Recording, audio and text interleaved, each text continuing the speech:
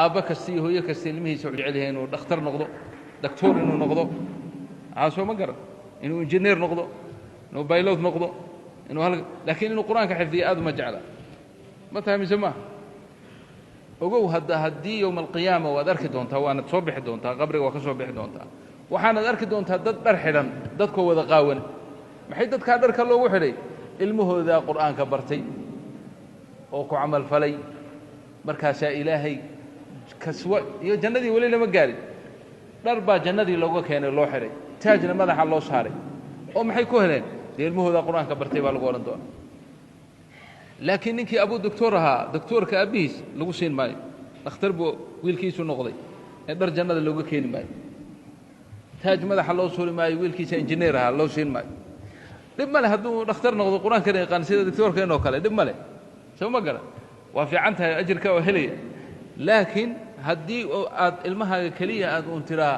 tacliintan iyo culuumtan casriga ha ii barteenoo aan ku intifaac war intifaacaad ku intifaacayso waa qabla almowt waa laga yaabaa ilmahaagu hadduu weliba fiicnaado baari noqdo inuu dhakhtar noqdo lacag badan helo inuu wax ku siiyo inaad ku intifaacdo inaad magac hesho doctoorka aabbihiis hooyadiis inaad ka hesho waa laga yaabaa soo ma garan laakiin haddii aad dhimato waxba aakhira kuu tari maayo wax alle wuxuu ku faa'iidayna male ee waxaad ku dadaashaa wixii aakhira faa'iido kuu noqon lahaa oo nafci daa'ima kuu noqon lahaa oo walaalayaal ilmihiinna khaasatan dadkiinaan soo dhex galay dhulalkan ay gaaladu ay degan tahay oo halista ku jira oo ilmihiinna u dhiibay gaalada u dhiibteen la soo bixisaad u geysaan galabtii habeenkay idiin soo noqonayaan soo sidaa maaha waxaad yeelaysaan qur-aanka ku tuuntuunsada oo qabsada oo ilmihiinna qur-aanka bara waxaanaad ogaataa ilmaha qur'aanka qalbigoodu weeleeyey in sha allah ilaahay ma dayacayo xataa hadduu meelahaas boodboodo oo marmar cararo qur-aankaa soo celin doona laakiin adiga ku dadaal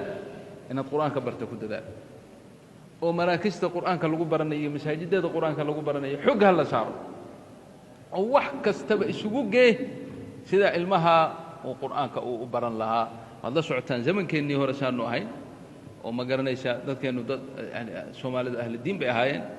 ilmaha iskool lamaba geyn jirin ilaa qur-aanka u barto iskool lamaba geynayo ilaa qur-aanka u barto markuu qur-aanka xifdiyo kadib ayaaba iskool la geyn jirayba marka dadku caqiide dhabay ka ahayd oo saxa waxaana hubaalah in shaa allahu ilmahaas qur'aanka bartay yowma min alayaam wuu aayi doonaa xataa haddii uu yar leexleexdo qur-aanka ayaa soo dumi doona oo soo celin doona xag ilahay u soo celin doona midda kale walaalayaal tawfiiqda allahna waafajiyo shahru siyaam baa nagu soo socda oo maalmo naga xigaa dadkii salafu saalixiinta raximahumullah waxaa la yidhi camal kasta oo wanaagsan oo hayaan farahay ka qaadi jireen xataa kan yani wax buu baraa ama tacliim buu dhigaa ama xadiid buu aqriyaa ama fiqi buu dadka baraa ama madraso wax kastaba waa joojin jireen bishaas ramadaan qur'aankay u soo jeedsan jireen qur'aankay u soo jeedsan jireen markaasay in badan ka aqriyi jireen qur'aanka waxaa lagaa doonayaa bisha ramadaan inaad saaxiib ka dhigato oo suxba la yeelato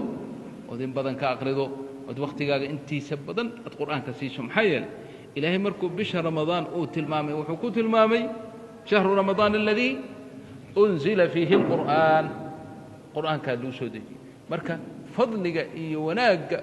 ramadaan uu yeeshay waa qur'aanka la soo dejiyey saas awgeed inaad ku dadaallo oo aad akhrido dadku waxay isugu jiraan nin qur'aanka yaqaano akhrinaya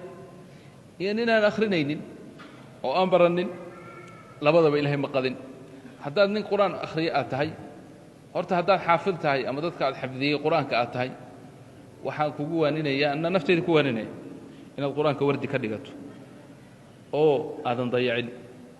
oo qur'aanka nabigeenna noo dardaarmay calayhi salaatu wasalaam qur'aanka haddaan la aqriyin wuu fakanayaa sida geela dabray haddaan ninkiisa uusan ilaashanin uu fakanayo si ka badan buu qur'aanka u fakanaya qur'aanka inaad wardi ka dhigato aadan ka tegaynin oo aad isaga dhigta faradka salaadda oo kale maalintii 3 juz hadday ugu yartahay aad akhrido ka badan haddaad akhrido waa fariidnimo waa fiican tahay laakiin inayna ku soo marin usbuucaadan qur'aanka dhammayn ama 10 beriyoodan qur'aanka dhammayn waa haddii aad xaafid tahay lanna xifdiga ilaahay uu ku siiyey masiyaad ku leedahay masiyadaasina dariibay leedahay dariibada lagaa doonaya waxaa weeye inaad qur'aanka wardi ka dhigato od akhrido عربك هذه يقول كويس هذا حافظته هذا حافظه هين أو مصحف كآخر سنة يسيدنا هذه لقوا مقاد إنه مصحف كآخرسه أو ورد يالو وهذا ويرتاح جزء مالتي آخري أو بشي هالمر كتابك إلهي ولا مر ذاتك هنقولنا غافلين تو كتابك إلهي منفرين بقى قرب رمضان مو يعني القرآن باخرين وهو محروم وي وأن إلهي حرمان كل ذي وي وأن خير لي ما كلام الله تعالى وهيشتيد وبين يديك بعد سنة بن كيجرون إيشا أطفرها كقادسة مايا أخرسو ووردي يالو ويران بشي مرنا به وهذاتك عامة الناس حفاظ يجا وهذا ويرتاي وإني توكي بري مرنا مايا وهذا ويرتاي هذيك لو هذا بالنموي شو ما قرأ رمضان كان مركي لسوق قالوا رمضان كصلاة دا أيال وأقرأ القرآن صلاة التراويح دير القرآن كلا دمين يتوكو هذا أفر جور قرآن كقخة انتو صلاة دوي في عنت شن باكسي ونكسن لح جور باكا ونكسن تدبا يعني هبين كي تمنجز كتو كذا مركي رمضان سوقل وتمنجز أقرأ سدح دي بريبة مرة معي يقول لي قائمين بين يدي الله تعالى وهذا فعل تدبا انت كسو يري ألا على الأقل وإن مر لما يسوء تراويح ذا هبين كسجوزة دي لقوتو كذو صدن كاس هبين أما سقال لاتك هبين ولا دمينا يا تراويح ذا ولا دمين لكن هذه حلقات دونية إن أوقاتو قيامك قيمها أوليه ولقوا مفرديا لله فرد كاغا مدين عسى هاتي صوم كاغا وناقيس النبي عليه الصلاة والسلام هو ذا شاقي لبض وحيد من صام رمضان إيمانا واحتسابا غفر له ما تقدم من ذنبه رمضان نكي صومه سقو إيمان يترسى عملك صالح أو ترسني ذنبي يسورنا لله وعرافه وحل لوح ذنبي هو مرسل ومن قام رمضان بوي رمضان نكي استاغ إيمانا واحتسابا غفر له ما تقدم من ذنبه مركز سنة انت بدن غفلة لسجرة ولا مغيها بشا إله الله صنقضه مركز هذا يدين إمام والإمام كوكسي خفيف سي هايو 5 daqiiqo salaada lagu kala tagayo shay dadka qaarka ay daydayaan haday dayanine waxa daydayta oo raadsataa imaamka quraanka dhameynaya oo juz aqrinaya ama ka badan aqrinaya ka daydayo la istaag oo naftaada dib leena istaaga iyo qiyaamka ad ku dhigtoonayso way kan faa'iidadu ay kugu jirto ee ilaahay raalli kaaga noqonayo asxaabta nabiga ninka sayyidina ali radiyallahu anhu oo ka sheekeynayay baa wuxuu yiri لقد رأيت أصحاب محمد صلى الله عليه وسلم بان أركيو فما أرى اليوم شيئا يشبهه ما أنت وحوئك ما أركو وأمركو صوده زمنك تابعين وسوق عريوة كانوا وحي أهايان يصبحون لله شعثا غبرا صفرا بين أعينهم كأمثال ركب المعزاء ربي قود وحي أوها بريسان جرين إيوه بساسا ورفاتسا ماها إيوه متنعمين إيوه رفاتسا محايا لهبين كاسوردان مشقي كجران دباتي كجران واتاغني ولما ماشي بدن اي تاغين انت بدن مال او قول يلا دغاي ما عيداسي اي سجودسين habeen ka soo dhan wajigooda labadooda indho dhaxdooda waxa noqotay buu yiri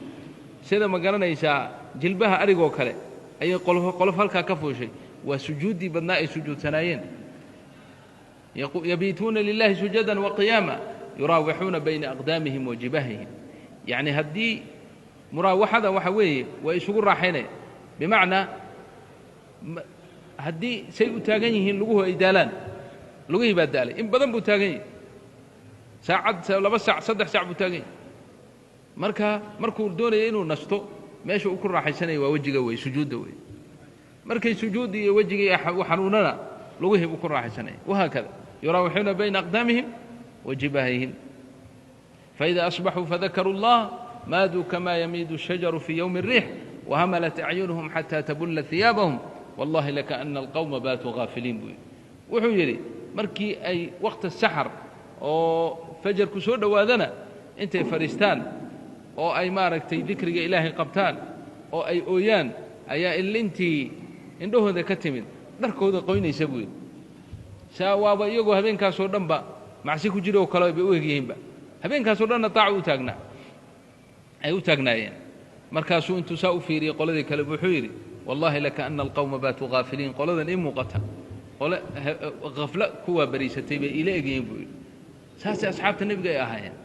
raggaasi aakhira rumaysan yihiin annagana aakhiraan rumaysannahay maxaan la tegaynaa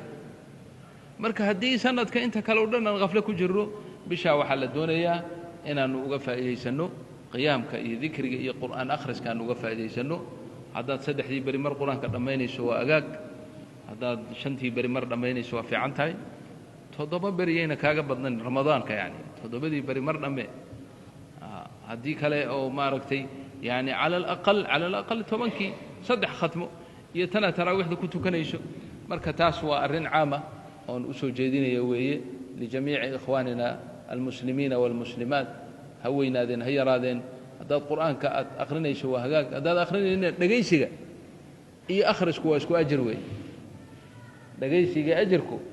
waa isku mid nebiga calayh isalaatu wasalaam marna wuxuu jeclaa inuu akhriyo marna wuu dhegaysan jiray sala allahu calayh wasalam hadda maanta dhegaysigii ilaahay in badan fursuu ku siiyey wax hadda cudurdaarahood keensan karta male haddaadan qur-aanka akhriyayn meel kasta hadda qur-aanka ku akhrinaysa idaacadihii baa jira telefisyonkii baa jira bahalladan jawaalkaa jira meel kaste qur'aankii baa ilaahay kuu geliyey si aadan u odhan meelaan ka dhegaysta male ee adigu un wakhti qur'aanka sii taas waa caam waxaa su'aalo la iwa weydiiyaa dad badan oo jecel qur'aanka inay bartaan dariiqadee ugu sahlan oo qur'aanka lagu xifdiyi karaa haddaan su-aashaas ka jawaabo waxaan ku leeyahay qur'aanka dariiqo mucayana oo lagu xifdiyo oo ka sahlantu kale ma jirto qur'aanka xifdigiisa wuxuu kaa raba waqti inaad siiso bas haddaad waqti siiso duruqdiisoo dhan waa sahal kulli waad ku xifdiyaysa laakiin qur'aanka wuxuu u baahan yahay waqti la siiyo midna waa inaad ogaataa ninka qur'aanka xifdigiisa ku mashquulsanow xifdigu waa laba nooc xifdi dihniya oo maskaxda ah iyo mid lisaani ahoo carabka ah kan maskaxda ah durba wuu tagaa oo waxyaalahan kale oo maskaxda soo gelaya ayaa tirtiraya macnaa inaad hadda aad xifdiso aayaddan ay ku xigtaa مثلا ذلك الكتاب لا ريب فيه هدى للمتقين الذين يؤمنون كحك مسكحيا بعض حفظ الشيء إن آيدا كحكتو حفظ النوع عاس موارو من راقيو حفظ الراقيو وكان عربك إن بدن كوع العليشة أظن مسكح لي كوقبتي أياد إن بدن كوع العليشة إلى عربك ومن المرين كدكتور حفظيو شيخ رحمة الله عليه وحورنجري سورة الفاتحة وحقفي ما أركتين ما محل وقفي واي ميسو قرآن كلك كفض ضدها كما فض والله من وحل وقفي واي عرب كي باوبرت وكان إن بدلوا أنك هذا القرآن كحلقة سورة الفاتحة إن أغرده قلبي قاقون جوجل لكن قفي ميش حيا لسان كي بحفظيي ساسو كلا قرآن كورنا ياهي هذا أخرس كيس أدباديسو مركا أدحفظنا يسو صفحتك مسكحيا مركا تكور كقبته كنتم قور كعلي كنتم قور كعلي هذا تكبد إننا كبه ونكس ساهداد يش إن شاء الله ما يلو بيس قرآنكو كاتقي ماي مركا عربكو هين أيو دوني هدي قور إن عربك لغو هيو ساسا قرآنك أن لو إلو بينين توفيق الله نوفجيو وفقنا الله وإياكم لما يحبه ويرضى